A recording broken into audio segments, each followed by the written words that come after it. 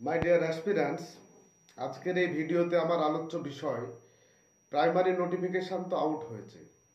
এখন প্রশ্ন হলো যে যারা আমরা ইন্টারভিউ দেব সকলেই কি নিয়োগ পাবো? এটাই বড় প্রশ্ন। কারণ 2022-এর টেট আছে, 2023-এর রেজাল্ট অলরেডি পাবলিশড হয়ে গেছে এবং এমনকি প্রিভিয়াস টেট থেকে 17 টেট বা যে সমস্ত সার্ভিস হোল্ডার আছে তারাও ইচ্ছে করলে কিন্তু এই টেটটায় অংশগ্রহণ করতে পারে, 14 সালের যারা ক্যান্ডিডেট আছে। সুতরাং এই ক্ষেত্রে একটা বড় সমস্যা হচ্ছে যে ক্যান্ডিডেট কিন্তু প্রচুর বেড়ে যাবে এবং সিট সংখ্যা যেটা ঘোষণা করা হয়েছে সেটা 13,000 সামথিং। সুতরাং ধরে রাখুন 70-75 হাজার ক্যান্ডিডেটের মধ্যে হয়তো 13,000 সামথিং সার্ভিস হবে।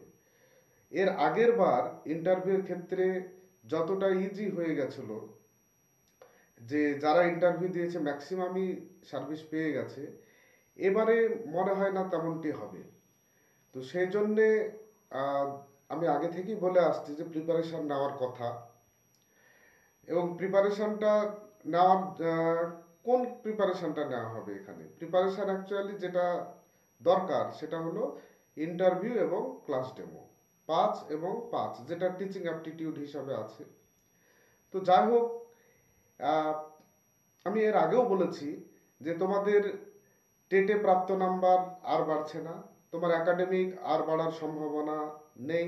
সুতরাং যাদের একাডেমিক মোটামুটি 27-28 এরকম হচ্ছে তাদের অনেকটাই প্লাস পয়েন্ট এটা, যে তারা কিছুটা এগিয়ে যাচ্ছে।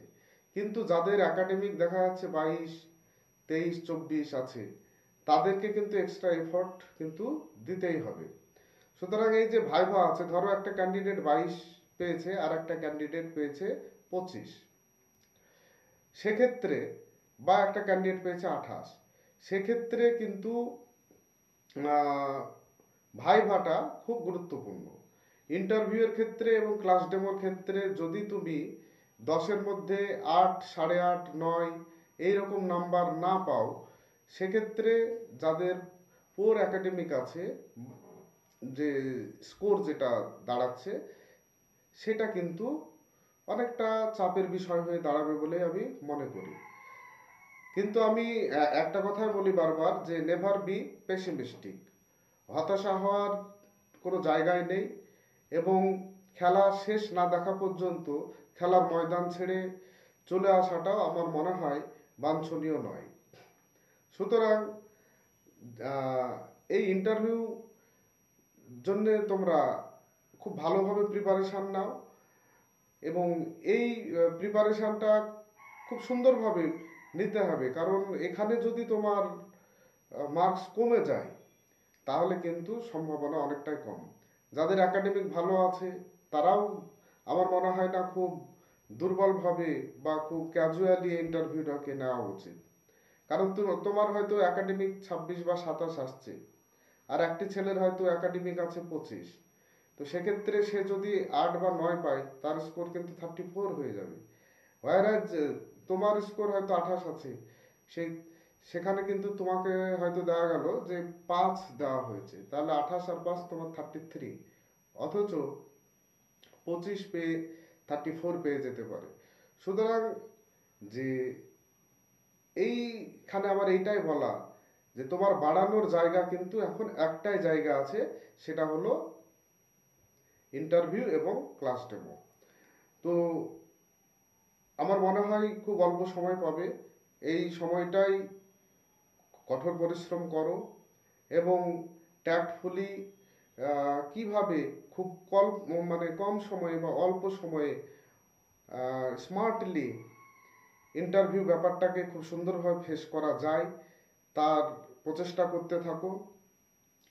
তো আমি এখানে কিছু টিপস অবশ্যই দেব এবং একটা ঘোষণা এখানে করছি যে এর আগে যেমন আমরা প্রিভিয়াস ইয়ারগুলোতে মক ইন্টারভিউ নিয়ে ক্যান্ডিডেটদেরকে অনেক ভয়ভীতি দূর করানো হয়েছে, এবারও কিন্তু আমরা অলরেডি আগামী সানডে থেকেই শুরু করছি। তো সেক্ষেত্রে আমাদের আগেও বলেছি যে এটা প্যাশান, কোনো বিজনেস মেন্টালিটি এখানে নেই। তোমরা ওয়েস্ট বেঙ্গলের যে কোনো জায়গা থেকে আসতে পারো, এটাই বিষয় যে আশা মুর্শিদাবাদ, ডোমকল এখানে আসতে হবে। তোমাদের এই আসা যাওয়ার এই প্রবলেমটাই হয়তো থাকবে, বাদবাকি মনিটারি দিক থেকে এখানে কোনো বাধা নেই।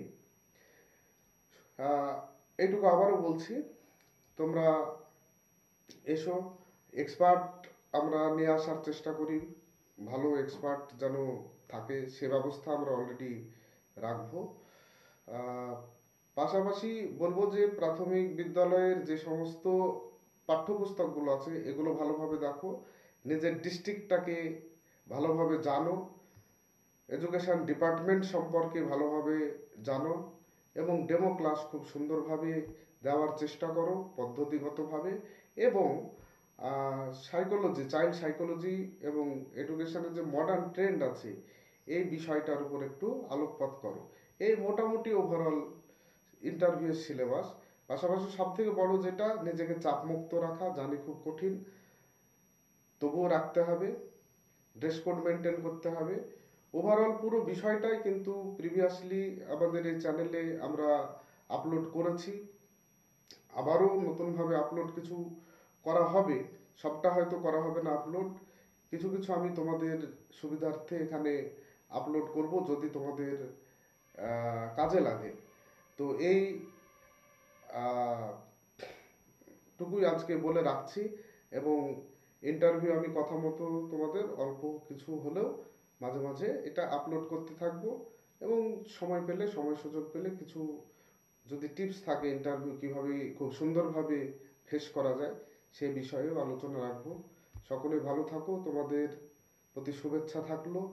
এই টাফ কম্পিটিশানে তোমরা যেন মনের জোর না হারিয়ে ফেলো, এইটুকু বলেই আজকে শেষ করছি। ধন্যবাদ।